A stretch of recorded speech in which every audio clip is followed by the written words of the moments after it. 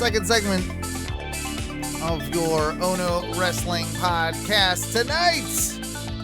And man, it does feel good to be back, Matthew. I kind of chatting on the break, but you know, I've needed that energy. I've needed all of this good stuff that's coming out of us tonight. But why do I feel so worried to talk about AEW? Oh, you're muted. I'm sorry. There you go. I got it. It's my end. I was talking the whole time. My bad. Well, you're back. All right. You're worried. Yeah, I'm worried. I'm a little worried about AEWs. Yeah. What are you worried about? Well, I mean, here's the deal. Lay it on me. Well, I think a lot of it has to do is I was overseas. I was in Europe, brother. I was gallivanting around. I was talking to the people down there. Talking to the people. You took that belt on a tour. Yeah, and maybe because I was over there, I was a little bit more just like, oh man, they're really gonna do this shit with Wembley Stadium. Of course, the announcement came just a little bit before I left, or was I over there? I can't remember. But no, it was before you left. It was before I left. But here's the deal: like, tickets. I guess that's what it was. Tickets went on sale. When you left, they had like 20,000 or 25,000 pre-sale. Okay, exactly. So I'm over there and I'm seeing these numbers go up and up and up, and I'm like, holy shit! Like, I'm feeling really super stoked because I want them to do this. I want this to do them for. Not only for AEW, not only for Tony Khan in a weird little twisted way, but I want to do it for the wrestling industry, and I want it for them to do it for European fans and fans from Great Britain, all over the United Kingdom, and even, you know, of course, anybody that wants to travel there from anywhere in Europe. It's London, man. It's Wembley Stadium. It's like a central hub for huge events, right? And I want them to do it. And it seems like they are absolutely getting, you know, closer and closer to really being able to call it, even by WWE standards. They've surpassed almost what they would call a sellout in WWE terms, right? Yeah. So already a massive success. Like, I think financially it's going to be really, really good for, you know, Tony and the business of AEW. But I just have this worry that this is like one of those things that everything either goes really right or goes really wrong. And I mean it from a couple different perspectives. I'll even throw to good old Double J Jansen, who asked a question in our Facebook. As always, you can find us over on facebook.com/groups/Ono Wrestling. But he wanted us to talk about a big day for AEW tomorrow. The new TV rights deal could solidify them as the second largest wrestling company in history and makes them actual competitors to the WWE/Endeavor for future TV rights deals. So this is what I kind of want to talk about. Wembley has to go spectacularly for all of this to really, really work. You absolutely have room in the market for a second company. We've obviously established that over the years by this point. Now, there have been some fumbles. There have been some stumbles over the years with AEW in its infancy. There's been some great stuff, and there's been some not so great stuff. And one of the biggest concerns that I think all of us, and if you aren't concerned with it, I think you're mental if you're a wrestling fan. But one of the things that obviously is top of mind is a concern is what is going to happen with CM Punk and, of course, the rumored TV show being born out of a sort of secondary, or I don't want to say secondary, I shouldn't say secondary, but a need for AEW to maybe separate wrestlers from its full roster. What I'm saying, Matthew, I think is going to come to fruition. Would you agree with me? I mean, if any of the dirts are to be believed, but also what I think is probably going to happen, and I'll get to this in a second after I hear, what I would love to hear what you have to say, but I also think, fortunately, best for business. Yeah, it's definitely it's money, right? I mean, it's That's it. It's yeah, and it does kind of help you solidify, especially with Wembley and stuff like that. That yeah, you have power and stars to do it. My concern, which I think you maybe have a little bit of this, is it's not even just a concern. Like if what any of the dirt sheets had been saying about it is true, it makes them look like a very poorly run business. I agree with that statement. Like it makes them look like children. They allow infighting, and instead of someone saying, "This is done. This is how we're running. I'm running this," it's well, we're gonna kind of do this and kind of play both sides and be, try and make it work. It doesn't make them look like they are an established company. It looks very childlike, which Tony Khan has been accused of in the past. It looks weak. It does look weak. And we'll get to plenty of stuff later, but I kind of want to throw something at you because I think it's the only way out of this, and I think it's super relevant to this conversation. We are, of course, both convinced at this point, right, that CM Punk is coming back to AEW. Yeah. He will be on, or be the, I think, flagship or main event, the main guy on a new TV show that they are starting on Saturdays at 8 p.m. Eastern Time that may even be a part of a very larger deal with Warner Brothers, that you can make an argument that if CM Punk hadn't had renegotiated something with Tony Khan, that this deal might not have happened. So again, the best for business thing. Now, here's how you do it. Instead of all of the rumors that it would be Chris Jericho working with CM Punk, instead of anyone else, you do it right off the bat. You throw CM Punk and FTR in a ring with Kenny and the Bucks, and you just fucking do it. You get it over with. There's a lot of other tales they're telling with Kenny Omega, but there aren't with the Bucks. And if maybe it's not Kenny now, you can do something with the Bucks and CM Punk. At the very least, what you need to have happen is a Hangman CM Punk thing, so that we establish that really the Elite can be on either brand. And that we should realistically, I think they need to have CM Punk and the Elite in some fashion or form, and a big statement type fashion or form on the same show. Because that will quell every single one of these rumors. It will make me believe in AEW a little bit more. And it will give me faith that they can move forward in a positive direction. If by separating these rosters, in a sense, you're doing a soft Elite CM Punk split, you're making me less likely to want to invest in your product.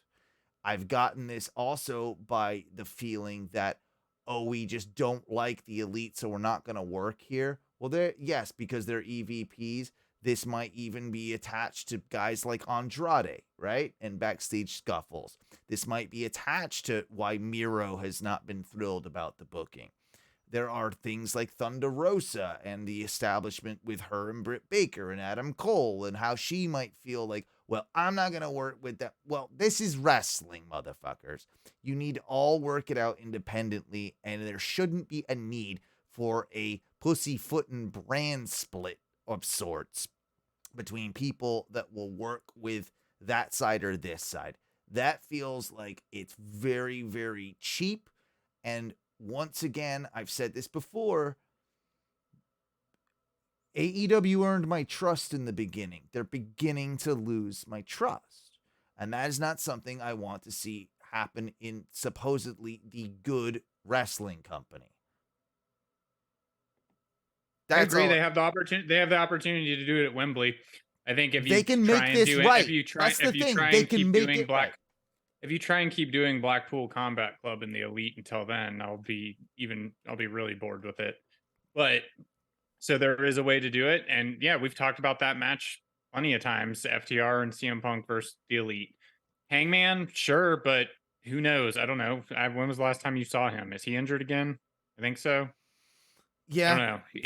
He comes back, gets injured, leaves again. It's weird. I feel bad for him, but it's just he's never on TV.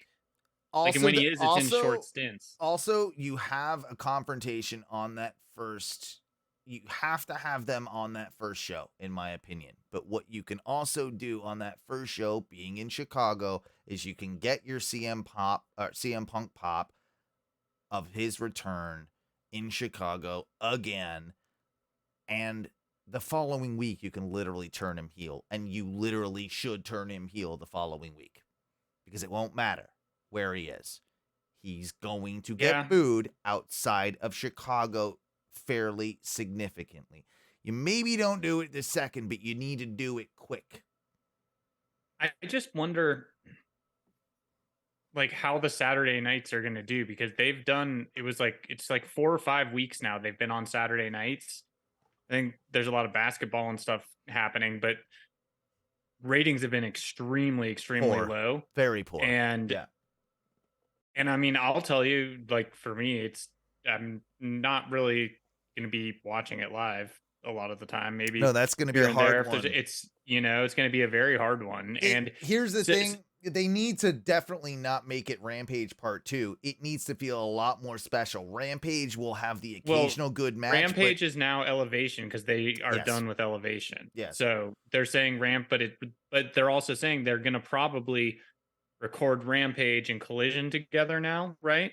Yeah. So now you got to think about, how is that locker room going to do, right, with CM Punk, and you have all the younger people, even lower people on Rampage and developmental coming up. I think you got to not have a toxic fucking atmosphere. I actually think I heard that slightly differently. I think that it's Ring of Honor that will be taped with Collision, and that Dynamite will be taped with Rampage, which does make more sense canon-wise, even. And then that was part of the story, like, because there's rumors that they're gonna do a CM Punk Samoa Joe thing. No, like, I don't think that that's the way they need to go with this. Like, I need them to address this somewhat in kayfabe, in story. Like, they need to figure out a way to make this right to the viewer. Otherwise, you lose trust in what fucking company am I watching here. Yeah.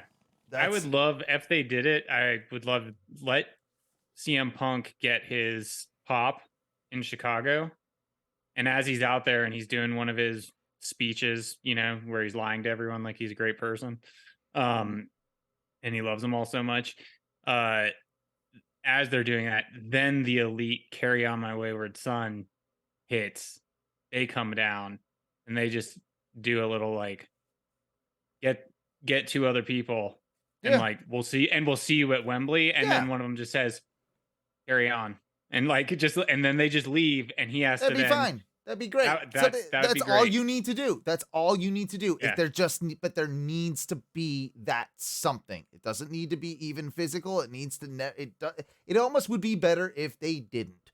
But if the acknowledgement by just that is enough for me, and if they completely, if they don't, then it's then I think me and a lot of fans, I'm gonna lose some respect. And they've got to really have some fucking cool twists up their sleeve, or tricks up their sleeve, if that's not what they're gonna do. Like, they need to do something of that nature, and I don't know. I will say that there are things they are doing well, though, because there are so many implications that have come out with the turn of Don Callis on Kenny Omega.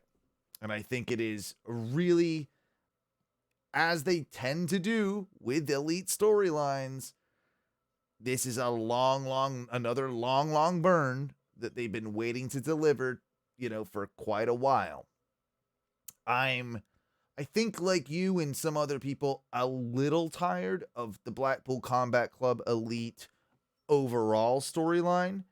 But what this does, in my opinion, is I still think that BCC are a awesome act, and I think that it would be silly to abandon it now. It's kind of like when the Bloodline got that little bit stale, and then they fucking kicked it up that next extra notch, and then we went, whoa, holy shit. Yeah.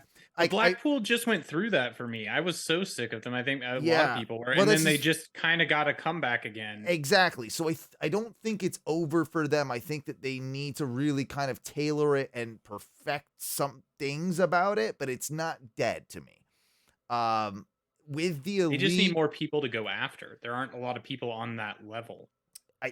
It's they took Hangman out, right? Like that's like part of it. Like, probably was an injury and they took him out. I don't know. But they've gone after like individuals in the elite, and now what I think is going to be interesting, of course, is where Don Callis's allies are, or who he is sort of like. If he's not with Kenny, we know he's with someone. He wouldn't have just turned like this for nothing to leave it just blank and he goes away. So, because what did he say to Kenny at the end of Dynamite? We don't know, but words, he clearly like said something to him, holding him, and then kissed him on the forehead. And it leads you to believe a few different scenarios, of course, because you could be someone that thinks that, and you wouldn't be a complete dumbass, although I think it's unlikely that Don Callis is maybe somewhat aligned with the Blackpool Combat Club. You could make some sort of connection with that. I think that's the least on the list, right? Likely to happen with the scenario. You then have a few interesting little options that they could be going with. One that I haven't heard anybody talk about. The other two, of course, you've got Osprey. Someone who, with Will Osprey, who he has been trying to get in the ear of on television and on Twitter, and always saying, like, there was a whole segment where, like, he called him bruv. They called each other bruv. And did you see Don Callis' Twitter profile? I did see his news profile picture. I didn't see what does his bio read? His bio. So this could be because Young Bucks do it, right? Yep. It says invisible hand, and then there's Japanese writing, and then it says King of Winnipeg, bruv. There you go. I mean, he's sending you and Will Osprey signals, even if they're, that's red herring stuff. It's great red herring stuff because they've been playing with that, toying with that Will Osprey is the next Kenny Omega, that Don will attach himself to the best in the world. And now he feels that Kenny's maybe not the best and Will is, and he wants to attach himself to that. It's probably not going to end well for Don, but you can see this, of course, setting up the next match between Osprey and Kenny. And that is Wembley. That should be Wembley, if I'm being honest with you. That's probably the way they should go about this. Because like you don't have to have a trios in that situation. Just have, I think, Kenny and Will, in a British, like, in that stadium. That's what you probably should do, I think. I also think there's a weird possibility. Well, a couple ones. We've got Takeshita, right? We've got him involved in this situation, I think, because Don's been courting him over time. So could he be involved in this? That might also invigorate someone who's been very close to Kenny. If you had an alignment with like a Takeshita and someone, but then you needed Kenny to have a partner, or however you choose to do this, there's room for Kota Ibushi to be involved in this as well. This is something that would fit in all these weird little spider webs of they could tell this grand tale. So I think that you can have Takeshita even turn heel for a while. I think that you could even have Don Callis pimping him out, in a sense, to the Blackpool Combat Club. That he works for Don, but they need an extra guy in this particular scenario, and I got the guy. Yeah. Like, I could see something like that happen, but he's too nice and he can't do it in the end. Things like that can be told. Yeah. But there are reasons why Don has been interacting with these people. There's a reason that on tomorrow's show, or was it on last week? Can't remember now. You've got Aussie Open interaction happening more on Dynamites. And I think it was actually on Rampage and I missed it, but Aussie Open was on Rampage. So here we are, a tag team that Will Osprey is, of course, in a faction with, is closely associated with, is now having another appearance on an AEW television program. That leads me to believe that is going well with like the bringing Will back into the fold at some point. I got one more though this is the one that no one's talked about, and it is the only thing that can save them. And this probably won't happen, but if you want to save what are they? The Golden Bullet Club, the Black and Gold Club. What are they now? Jay White and Bullet Club Gold. Bullet Club Gold. Jay White and what's his face? Juice Robinson. If, for instance, Don went to go manage them, it might, just might, be the only thing that could work and save them for a bit. Yeah, I completely forgot about them. Yeah, exactly. But it would be the only way I think you get Jay White into that, like, Kenny Omega picture eventually, is that you could do it, and it will be a good match. They will have a good match. And I think it's, like, I have seen good stuff by Jay White.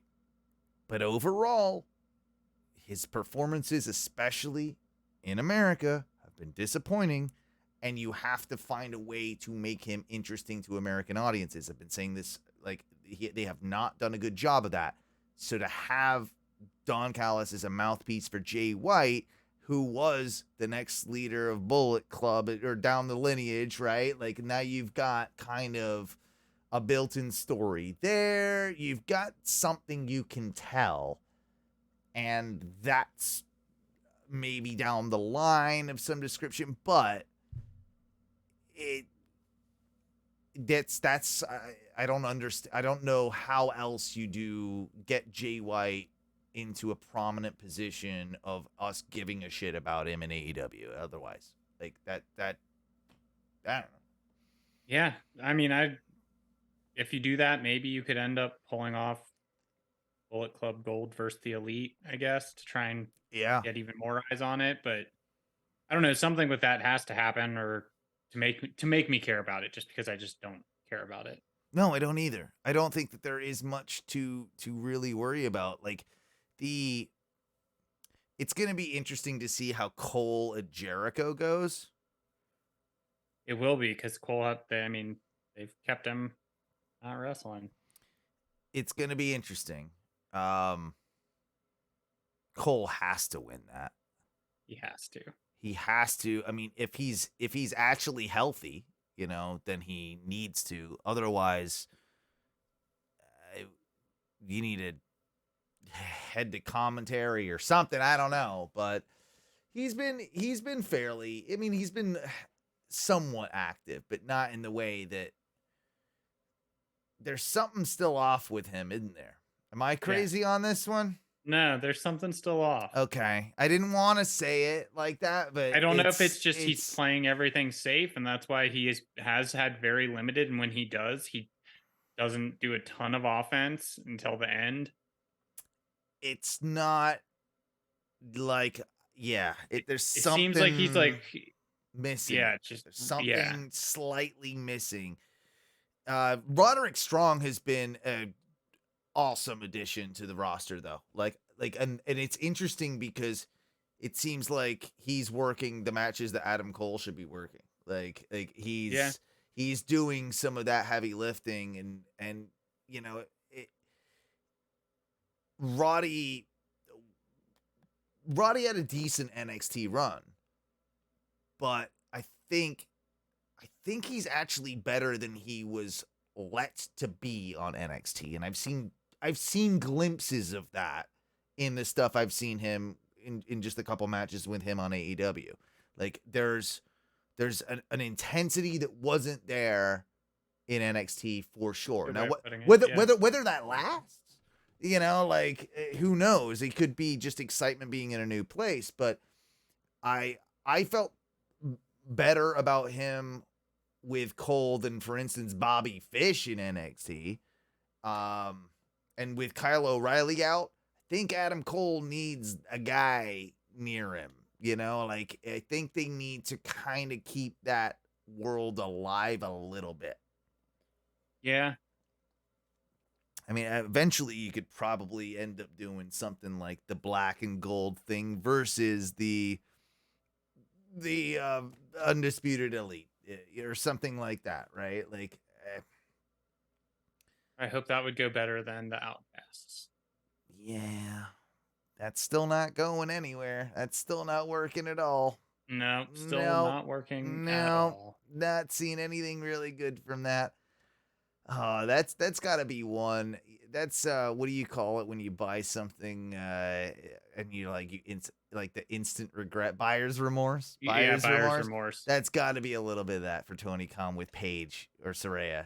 Wouldn't you think? Like, just like, yeah, like I thought you were gonna help.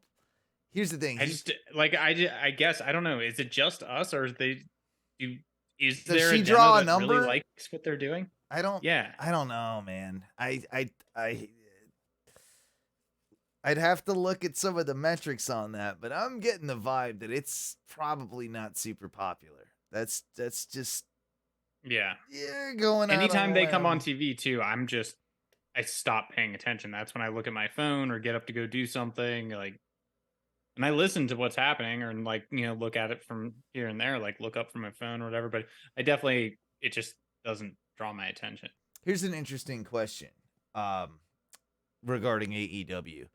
We've obviously got this first big stadium show with Wembley coming up, but moving forward, what are some other arenas that you could do it in? And that was an interesting question that was posed to people, more stadiums, so this was just a Reddit kind of thing, right? That a thread that I fell upon. And I enjoyed kind of some of the discourse in there because for once, it was actually pretty civil, and they were talking about numbers of stadiums and arenas and logistics. And someone made a really good point in the sense that,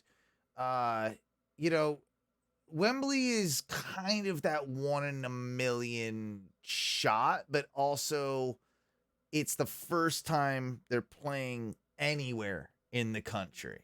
And we've got a rabid fan base that's dying to see them.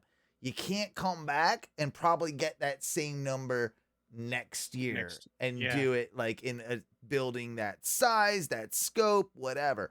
People were obviously Wembley is such a legacy type of stadium arena in the world. Like it's got a heritage, all that type of stuff. So they were suggesting other places with heritage. There was where do the Chicago baseball Red Sox play? Fenway? It's Fenway. You know, Fenway's way too small. It's weird. It's it would be probably it would kind of, you could make it look cool. But not the right place. And they were going on and on and on about different arenas around the world. Like even the Tokyo Dome, for instance, was thrown out there. Would it be cool eventually if AEW could run the Tokyo Dome? Hell yeah. We would watch it, but that would be hard as hell for American fans to get over there to see. And do they have the fan base to fill out a 60,000 seater or whatever the Tokyo Dome is? I forget. But they got some big ass arenas. I think Osaka might be bigger. I mix them all up. But Tokyo Dome's pretty fucking big. And someone actually suggested 55. 55, so I ain't far off. So someone actually suggested that no, you guys are all wrong. They don't need to be doing, like, yes, it's cool to do a big stadium here and there, whatever. But if they're doing big stadiums in North America, they're not going to do well. And he's right. Judging by like the, pay-per-view buy rates at 10,000, 20,000 seat arenas, they manage to do okay, but they're never like blowout. We need to get a bigger arena, right? Like that's the way I see with AEW. So he's actually a very composed thought. It's like, think about it. In America, if they're doing a pay-per-view, the one place that they need to do is Madison Square Garden. You shake your head because of the WWE association. Also, Tony Khan says he would never do it. He would never do it. Well, I still think they could do Barclays too, which I think Tony Khan's lying to his goddamn teeth when he shakes his head. I never want to do that. I think that's bullshit. I think that he would kill to do that, because why wouldn't you as a wrestling promoter, for real? He does have Arthur Ashe though, and I think that you can make Arthur Ashe that next big arena, and it's cool that they're doing, it. Here's the thing though. It's cool they're doing a new thing in New York, and they're going to build Arthur Ashe supposedly is like a great wrestling venue, and it should be. It's great. But then you can't also be like, we're doing Wembley, and yeah, it's a new Wembley and all that, but like Wembley has history with wrestling. You can't have it both ways. And I think it would be perfectly fine for him to do MSG. ROH and New Japan did it. There's already a precedent's been set that it's kind of bullshit that Vince and them ever even had that deal. So to put it in perspective, I guess my point is that MSG in North America, in my opinion, would be the most significant venue that AEW could play.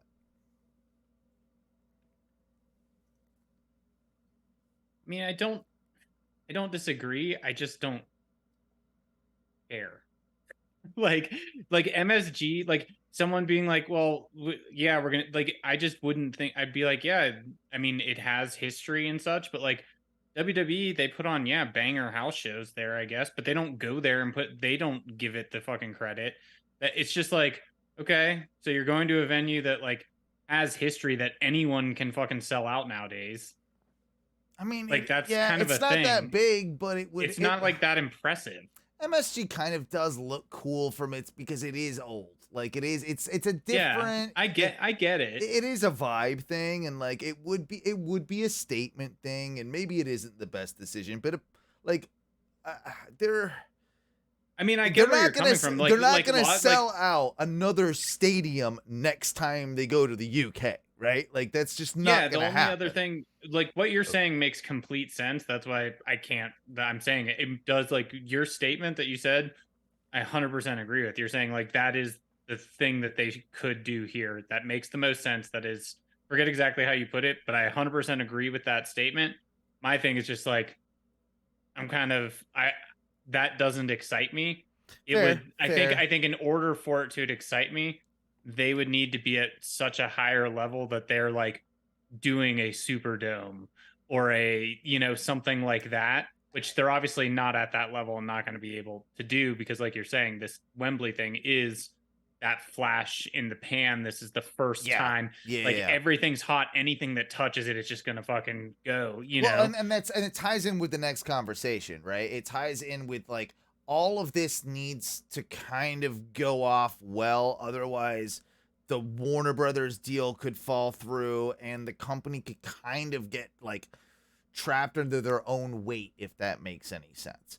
And the Warner Brothers Discovery HBO deal can be amazing, I think. Like it sounds like it was like it was originally estimated at about isn't it like at $1.2 billion over 5 years? Yeah. Like it's big. It's a big deal. That this is all rumor. We don't know for fact, but these figures have leaked kind of for a reason, because there are executives and there are accountants that talk about deals that are in the works, and this deal, I believe, is set to start before Wembley, right?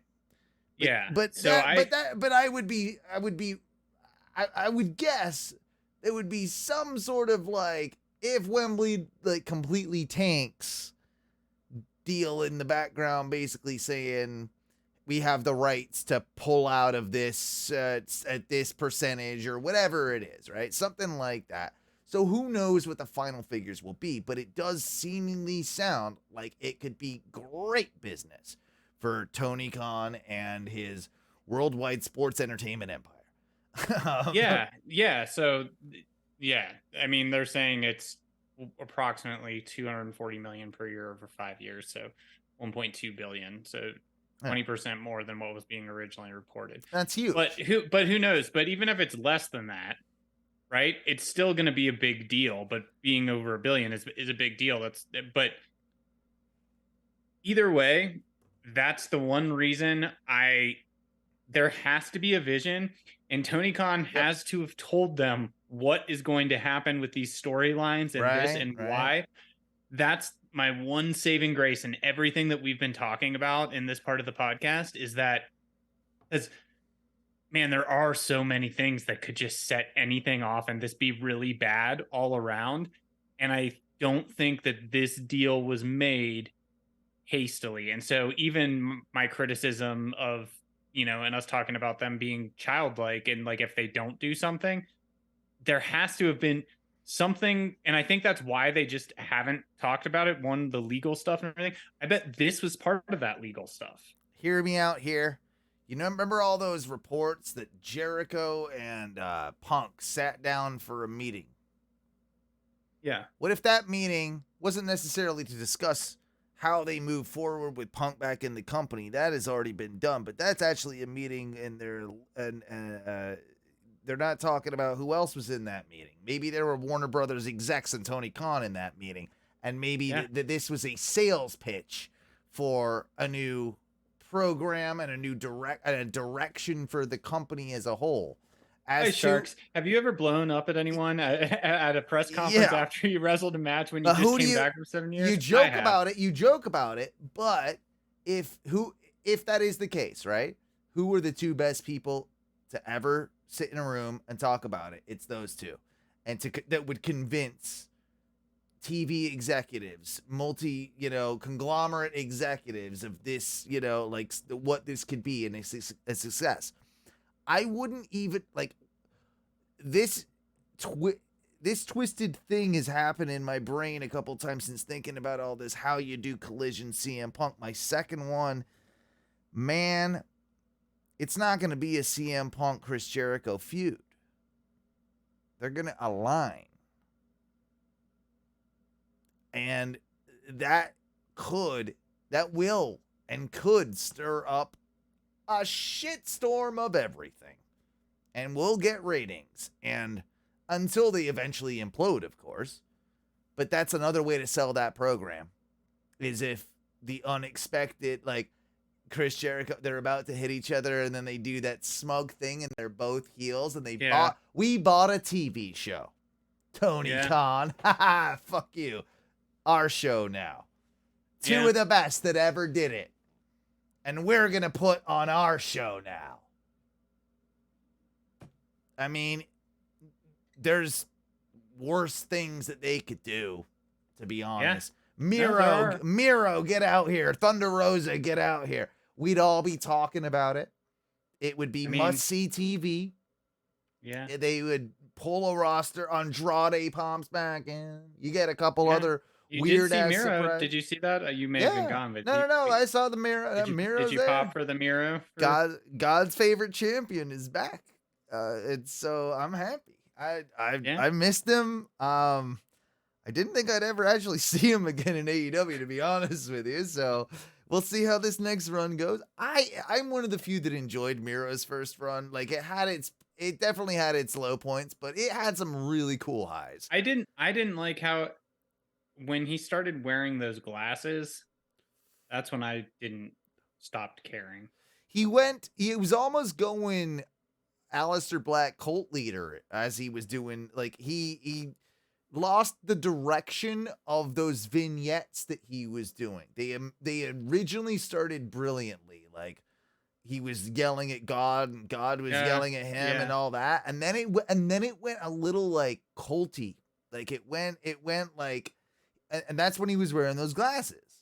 Was when that's true. That's when that's what shifted. happens, man. With AEW, they start off really good with some people with like promos and stuff. That God, he like the way he would be praying or whatever, or like cursing God, whatever. But again, I think another great example of that they just recently fucked up with was Hobbs.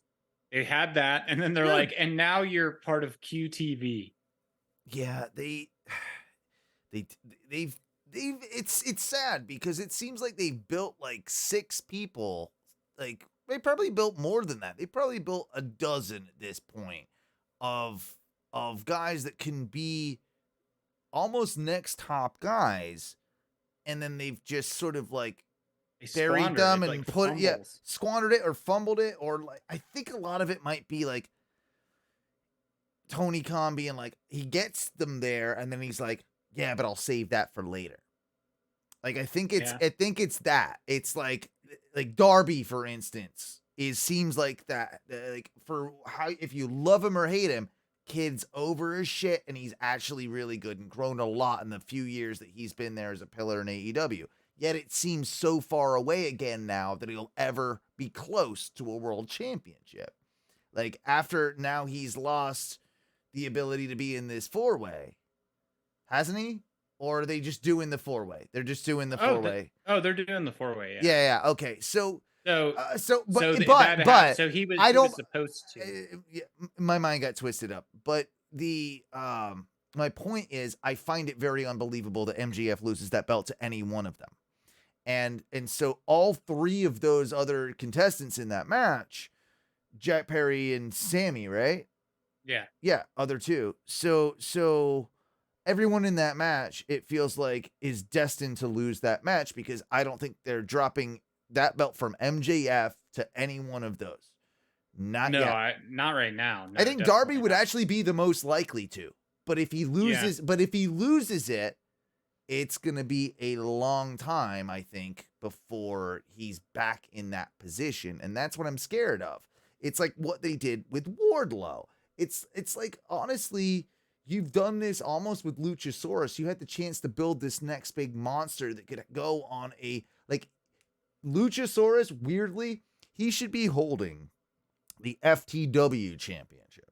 Something weird like that is just a symbolic thing that no one can beat him for. Yeah, he's not making it up to the top of the card, but he can be like this mid-card monster that is always on. I think they're getting there now. You know, I think they are. I think they're close. This last week, dude, Christian got so much fucking heat. He was great.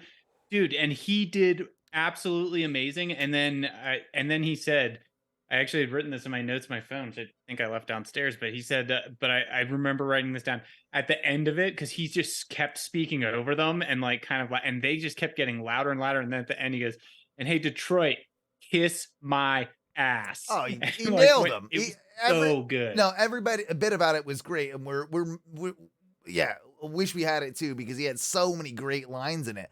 But it was one of those, and it was his delivery, of course, like Christian always has. It did. I was watching this promo. I was watching this episode of Dynamite with Teresa on my birthday the other day, and we had watched a lot of wrestling by that point. We had already made it through like Backlash, right? And now we were watching this episode of Dynamite. Yet she was Was still this one of her gifts to you to watch all the pretty wrestling? much shut the fuck up and watch wrestling with me. Yeah, it's kind of Yeah. like, it was kind of like that. Yeah. But she actually said after watching that she was engaged as hell with it as it was happening, and she literally said, "Can we watch that again?" And that is a sign right there of something being like, she's a fan, but she ain't gonna ask for much to be let's do a double take or replay on that one. No. She asked to watch it again. I don't think we actually did because like the slang was funny or whatever, but it says something. Recognized. It says, she even recognized, you know, and you know, I don't give her enough credit. She is actually pretty, like, she's pretty smart when it comes to wrestling. But yes, like, I've never known her to be a Christian Cage fan or a Luchasaurus fan, to be honest with you. And it was, I mean, okay, you're absolutely right. Must be the turtleneck. It must be, but that promo was just, it was absolutely fire. We've already gone over the Kenny stuff that happened on that Dynamite, but was there anything else of significance? Well, we did. I mean, that was a good steel cage match. It was. It was. I will say one thing just to kind of go back to this because I know you were out of town. You probably read about it and forgot about it. I don't know if you watched any of it, but you were right that Darby didn't get into that 4-way, but they said it because it was a tournament. So it was like Jungle Boy and Darby had to wrestle each other, and whoever won that got to wrestle Sami Guevara the next week. And then MJF got in Sammy's ear and like paid him off. Okay. And dude, there was like 2 weeks where MJF and Sami were bros. There's a bromance, and it was amazing. I saw a couple clips of it, but it was awesome. Yeah, I'm like, to me, I mean, I kind of saw the way it was going, like we all probably did, but I was seeing this in clips, not watching full episodes, and kind of reading a little tad bit here and there about it. They did it really well. I loved it. And it felt like, I mean, I didn't get to see it in real time, but did you feel like that ended too soon, or if it did, is that something they can possibly revisit again? They could possibly revisit that again. Yes. I think for how they did it, they maybe could have gotten like one more week out of it. Okay. So it was right then. It was right. They did it. Yeah, they did it right. If not, like, I don't know if it would have, you'd get sick of it. Maybe. It would be stale by the end of it, type thing. Especially because you would know what the outcome was, because everyone knew what the outcome was. Yeah, we saw it coming to mind. So they did it the right way, but you got to have those moments, which were pretty awesome. And I think Sami needed that a lot too. He did. Sami needed that to reinvigorate his personality. Like, I was kind of getting the vibe, and tell me if I'm wrong, but like, as far as internet wrestling fans go, it seems like Sami actually like turned a corner, and like people don't hate him as much as they previously did. Like they don't hate him as much, and it's because I think they separated like him and Ty a little bit, and she's now kind of getting back into some other things, and I just think there's not that obnoxiousness, and with the story they're telling of the 4 pillars, it's really, she doesn't need to be in there. Doesn't need to be in it. She's a distraction and an unwelcome one at that. Like, exactly. Not that we dislike her, but we all know that they were both better separate. And not even that, they can come back together maybe one day under the right circumstances, but for like the lineage of that title, for the importance of the 4 pillars, she needs to be distant from it to give that the credit and the respect even that it deserves for AEW and for all of them. I was super I think like everyone was. I saw online that MJF made an appearance to Create a Pro Wrestling, like his original indie that he learned everything from, his school. He you know, he didn't wrestle, right? He just came out. Did he wrestle? Yeah, no, he wrestled. Did he wrestle? Yeah, he wrestled. I know he he came cut out a in his promo, trunks and he wrestled.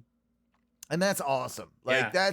that's something right there, isn't it? Like that he can even use, like, yeah, it was beating a nobody jobber from a wrestling school in the world of kayfabe, but that's almost something he can use. I defend this championship all over the place. I'm wrestling and like, yeah, and I'm salt of the earth. I go back to and train the people that like, from my school. Yeah, all that stuff actually can play into his character, into his gimmick. Fantastic shit. Well, and the way that they did it too, because I think that guy that he wrestled, I don't know his name or anything. I just, from what I watched and read, I think he either is the champion or was the champion recently of that little promotion school or whatever. And so he was like cutting this promo, and at the end of it, he's using MJF's catchline or catchphrase, like I'm better than because you. I'm better than you, and and like as he's saying it, that's when MJF's music hit. That's awesome though. That's like a so well cool. done way, right? So yeah, like the kudos you're giving, like I think they played that through and just did the whole thing really well. I'd be shocked if we didn't see some form of clip on TV of something about that, like a little or if he mentions it and just says throw it up on the screen. Yeah, exactly. Even just a picture or something, it feels like it's something they should probably do. I'm a man of the people. I went back, I did this, exactly. Blah, blah, blah. I just show them what a real champ was like. Well, is there the possibility, and this is the last one, but if you're doing the Punk feud, is it MJF? And that Punk comes out to claim a new TV show, and MJF's like, nah, fuck that. We still got business. It's against the rules of the character of MJF, but wouldn't it just, like, that would almost do the same thing as the Elite doing it. That would almost be the same, but different. It would have, I think it would get some of the impact. Not quite as well as like an Elite thing, but I also think storyline wise, it would be so cool for, even if it's later down the road, what if they'll run that back? They will. I think they have to run that back. And you know what would be great? Yeah, I don't think it's a what if. It's just a when. It's just a when.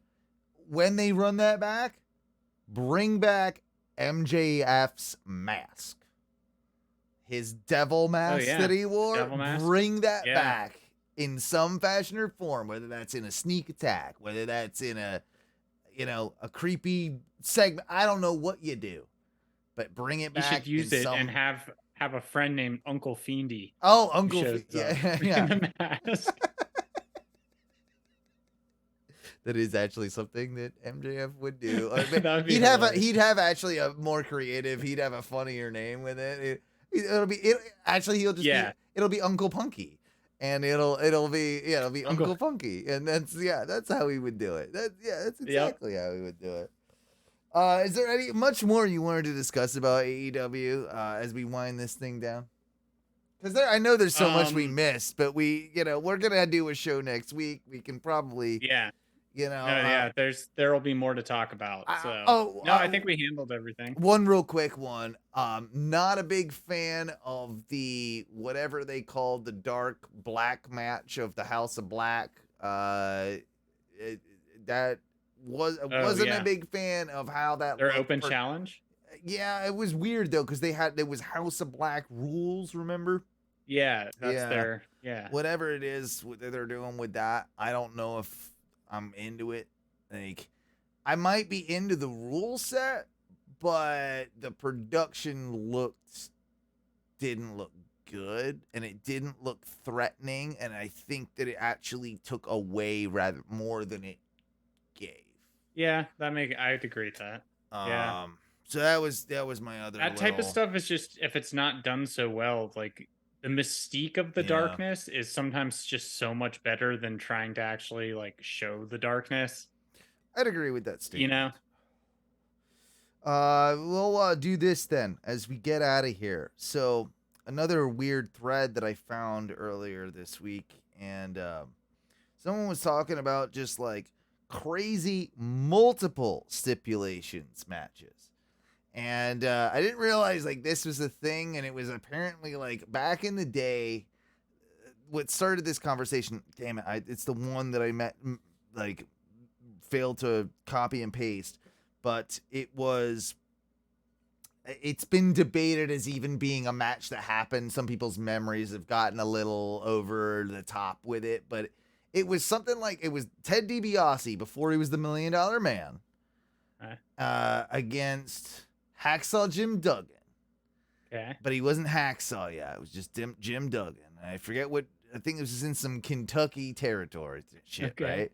And it was, I think it was one of these where it was like a coal miner's glove in a steel cage, something on a pole match. Like, and then like, but also loser leaves town, and like there was like 7 stipulations. It was stupid, right? Like it was just like these extra ones. I quit, no, loser leave town. Yeah. Like, oh, they should have thrown in a Tope Suicida match. Yeah, they should. We need to see one of those by the time we're done. I need to see the Tope Suicida match. But no, so the obviously some pretty smart or educated guy was like, so I don't know if you remember this, but back when ECW first started, they used to have some crazy multiple stipulations matches. So a lot of them were called Ultimate Jeopardy cage matches. That's where a lot of these things came from. So on March 26, 1994, Shane Douglas, Mr. Hughes, and the Public Enemy versus Terry Funk, Road Warrior Hawk, and Kevin Sullivan and the Tasmaniac. First off, there's a lot of big ass names in that match, right? Totally. So here's the stip. If Shane Douglas is pinned, he loses his hair. If Public Enemy are pinned, they lose the tag titles and have to leave forever. If Taz and Kevin Sullivan are pinned, they have to split up their team forever.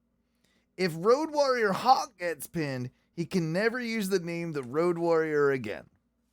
If Funk gets pinned, he loses the ECW World Title, and if Mr. Hughes gets pinned, his manager Jason is locked in a cage with Hawk, Taz, Sullivan, and Funk. I would love to know the storylines that got us to this match. Exactly. Now I should have found who won this match on, but I don't have the winner of this match, and it bums me out. But that is just one of a few crazy matches here, because this match was canceled, but this match was planned and booked. November 23, 1995. It was on the books, all right. Yeah. Tommy Dreamer, the Pitbulls, Public Enemy versus Cactus Jack, Raven, Stevie Richards, Too Cold Scorpio, and the Sandman. Jesus Christ, in one match. Okay? Like everyone on your roster. Yeah, it's like half the ECW roster right there. If the Public Enemy lose, they must fight each other that night. Okay, so if the one tag team loses, we got to make them fight. All right. If the Pitbulls lose, they must split up. All right. So they just get out easy. They just got to split up. If Tommy Dreamer loses, his head will be shaved. If Raven loses, the man that beats him gets Balua McGillicuddy for a month. I think, I don't know who that is. Balua McGillicuddy? That sounds like a woman. Yeah, I was going to say, or is it like a bird or something? Yeah, I don't know. I don't know who Balua McGillicuddy. That's a Raven thing, I guess. That's why I was saying a bird or something. I'm gonna Google it. Stevie Richards. All right, you want me to spell it? Balua. I got it. It's a woman. You're right. Yeah. So I was right. It was a woman. So Teresa Lawlin. Okay. An American author and retired professional wrestler and valet, better known than her ring name, Balua McGillicuddy. Balua McGillicuddy. She is Yeah. best known for her appearances in Extreme Championship Wrestling. There you go. 95 to 98. Yeah. There you go. So if Raven loses, he's gotta give up her. If Stevie Richards loses, he must spend 5 minutes alone in the cage with all 5 opponents. If Cactus Jack loses, he must leave ECW. If Too Cold Scorpio loses, he loses the TV title, and he and the Sandman will be stripped of the tag team titles. If Sandman loses, Woman must leave ECW, and the tag team titles will be held up. These are insane. And man, if something goes, think about it. If something goes wrong in the match, like you had this all planned, that like you had the finish, you had the book right, but someone gets injured. Yeah. And it doesn't fit with your plan, and now you got to go through with, well, Tommy Dreamer, I guess you're getting your head shaved, because that's what. Yeah, and yeah, that's on the worst side. That's on the Public Enemy. You're wrestling each other. I got one more for you. Yeah, who's getting Balula McGillicuddy? I don't know. On December 9th, for a month, exactly, for a month. Does that mean? I mean, yeah. Does that mean what I think it means? Like she's a piece of property. Yeah, you get it for a month. Like I think it's implied. I think it is too. That's like I let you borrow my car. Like you sign a little contract. Like for a month, you get for a month. You can do whatever. I mean, you could throw the fast food wrappers in the bottom of my car. I don't know. You got it for a month. You signed the contract. It was there. Yeah. He's on a contract. December 9th, 1995. We got Tommy Dreamer. He's loving these. Public Enemy, they're loving these too. The Pitbulls, they're loving them. Raven, they're loving them. These too. Yep. Stevie Richards again, loving it. Perry Saturn, he's a new one in here. John Cronus, don't know him. Jimmy Del Rey, I know that name. Oh, and Tom Pritchard. Fucking A. Okay. If Richards, I guess Stevie Richards loses, he's forced to spend 5 minutes inside the cage alone with his opponents. If the Public Enemy loses, they would have to fight each other that night. So that's a common thing with them. Wait, isn't he already in a cage with his opponents? Yeah. What does that mean in the cage with his opponents by himself? So by the way, okay, so the previous one, remember, where McGillicuddy's up for grabs, that match was canceled. Yeah. So this is, I think, the one that actually happened, which has a lot of the same stipulations now that I'm reading through it. But it is different. But can you read the first step again? Okay, please? First step. Public Enemy lose.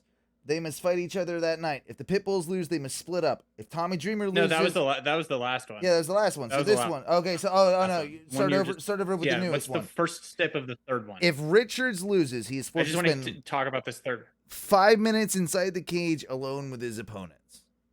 So he gets beat up for 5 minutes along with everyone. What does that mean? Like everyone gets the beat up. But he's already in the cage with his opponents. Yeah, but everyone just beats him up and stuff. I don't know what they just make a treaty. I don't know. Public Enemy loses, they would have to fight that night. Yeah, they did that before. If the Pitbulls lose, they would have to split up, and whoever beat them would get Francine for a week. So they changed it up. So they'd like that part, but they were like, Pitbulls. Maybe not a month. Yeah, someone gets the Francine for a week. If Tommy Dreamer loses, his head would be shaved. He's still in on that one. Raven loses, the man that beats him would have. Oh yeah, okay. So now we got. If Raven loses, the man that beats him, they would get Balua McGillicuddy for a week now, just a week. But it's worded different. That the man just a week they would get. They would have to get Balua McGillicuddy. So I think she was kind of annoying or something. If the Eliminators lose, Jason's head will be shaved and they will have to leave ECW. And if the Heavenly Bodies lose, all stipulations on their team would have to be enforced. Man, so if the Heavenly Bodies lost, they'd be fucked. They'd be really fucked. They'd have to split up. Yeah. They'd have to get their head shaved, be beat up in a cage. They don't have the women to give up, so I guess they don't have to worry about that. But there you go. There's some good old fashioned territory, or not territory, but ECW Ultimate Jeopardy cage matches. I don't know what the rules are. So like you were asking, like, are they all in there? I think that they're like outside, and maybe like they open the door and they put like that one person or something, right? Like maybe there's rules time or something that they have to be in there. And but Okay. if it, like, I think it must be something like that, because if they're like saying, it feels like at that point you just throw like that one person in, and everybody, it's like 5 minutes on this dude, like beat the fuck out of him. Like, I don't know. Yeah. I think it's something like that. Okay. These are some crazy. I wonder the two that actually happened. I wonder if they're worth watching. I'm sure they're crazy. I don't know. I mean, it's ECW. There'll be something on there.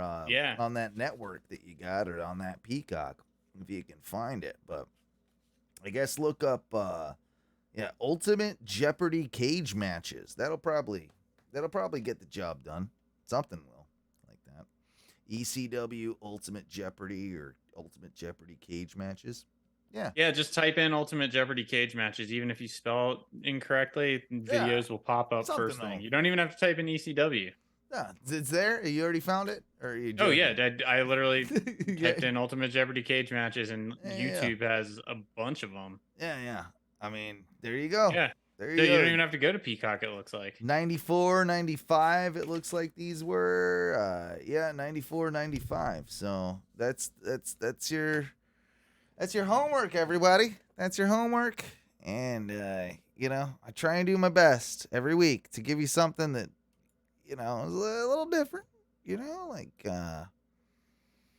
what I do, good. Matthew. That was good. I like that. That's what I do. Thank you. You're welcome. Man, my camera's gone off now. It's back, sort of. I don't care. It is what it is. Well, it's a good time. It's the end of the show. It is a perfect time. It's time that we rock and roll out of here. We covered a lot tonight. We will. I think I'll just release it as one. What do you think? I don't know. I always struggle with this, if I should release it as one or two, but I think I'll just throw it together on one episode. A little bit of WWE catching up, a little bit of AEW and what's going on. And we got a big show for you next week, of course, because we do have 2 predictions to get through. So that'll be interesting. We got which one's first? Night of Champions is first. Yeah, and then Night of Champions is first. And then we got Double or Nothing the following day. Yeah, I will say this, even though you weren't able to be on it and you did win, the stakes felt a little different with somebody else on here. Like when it's not just me competing. Also, it kind of eases the blow of losing to have another loser with you. Well, is he gonna be competing next week? Maybe we can get him on, and maybe we can get him on, do some predictions. Get him around your house. Get him around your house, right? And you get him on, and then you just tilt your cameras, so I got both you in one camera view, and then we're done. Like, it's easy peasy, right? Yeah, we'll get him on. We can talk. He can see sort of me, and then we'll get from there. And I'd love to have Jay on for a little bit. Double J Jansen. And Double J Jansen. And we'll do some predictions if he's down. Either way, we will do those. But yeah, man, God damn it, we gotta get through 2 predictions, and we'll see what comes of this major announcement from Tony Khan that we will be hearing from tomorrow night on Dynamite. Matthew, it's felt like a month, to be honest with you. It's been a month. It's been a month. It's felt like a month, and I've been very, very excited to be doing this again and be back with you. And I dare say I had a decent time tonight, and I dare also say that I need to be recognized further for how. Oh yeah, that's right. I got 0 predictions wrong on the last predictions championship. Just saying, 0. That was a 0. That was 100% perfection. That was as in Mortal Kombat. Remember? Yeah. Oh, that was Street Fighter. Was that Street Fighter? Perfect. That was Street Fighter. Well, that's the way I felt. Flawless victory was Mortal Kombat. Flawless victory, indeed. Thank you, everybody, for tuning in to another edition of the Ono Wrestling Podcast. Again, we will be back next week with predictions. We will also be doing another Ono radio show live on Thursday. So that's just a couple days away. That's over at twitch.tv/ONRS live. Wherever you find your podcast, just search for Ono Radio Show, or of course Ono Wrestling, OnoWrestling.com, OnoRadioShow.com, Patreon.com/ONRS. If you want to give us a few of your extra dollars, we'd really appreciate it. This shit's not free for us to do. And with that being said, what do we say when we get out of here, Matthew? Woo!